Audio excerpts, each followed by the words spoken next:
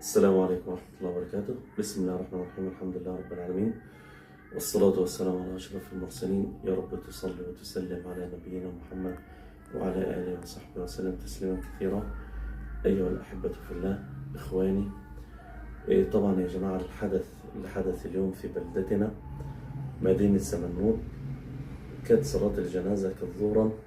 طبعا مما لا شك أولا ندعو للمتوفى اليوم، نسأل الله عز وجل أن يغفر للأستاذ أحمد يا رب، وأن يتجاوز عن سيئاته، حيث أن الله سبحانه وتعالى قال في كتابه الكريم: إن الله لا يغفر أن يشرك به. الله عز وجل لا يغفر ذنوب الشرك ويغفر ما دون ذلك لمن يشاء. فهو الآن تحت مشيئة الله سبحانه وتعالى. نحن أمرنا بالدعاء والاستغفار للمؤمنين والمؤمنات والمسلمين والمسلمات عموما، فهو تحت مشيئة الله عز وجل. إن شاء الله عز وجل عذبه، وإن شاء غفر له. هذا معتقدنا في كل إنسان يموت على الإسلام. هذا معتقدنا أيها الإخوة الأكارم في كل إنسان يموت على الإسلام. يا جماعة اللي حدث النهاردة يعني أمام المسجد يعني شيء. فين هيبة الموت يا جماعة؟ فين عظمة الموت؟ فين خوفنا من الموت يا جماعة؟ ده إنسان ميت. إنسان ميت يعني إيه؟ يعني شوية يروح للمقابر، يعني يسأله منكر ونكير، يعني هو في أشد لحظات الاختبار والامتحان.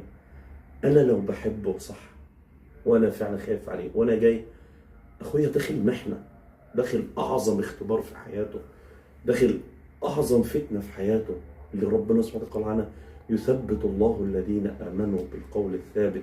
عند الترمذي في جامعة يقول عن النبي صلى الله عليه وسلم: إن الميت إذا قبر أتاه ملكان أسودان.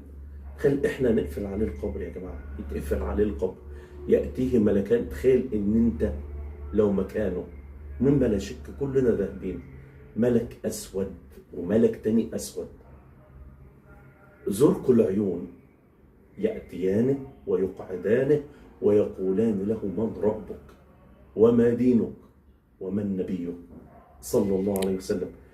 أيها الأحبة الأكارم، كل إنسان النهاردة لم يتعظ بهذا المشهد.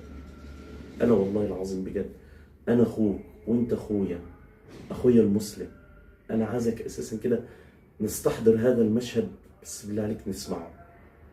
سيدنا محمد صلى الله عليه وسلم، اللهم صل وسلم وبارك عليه، راح لغزوة خيبر، افتتح خيبر.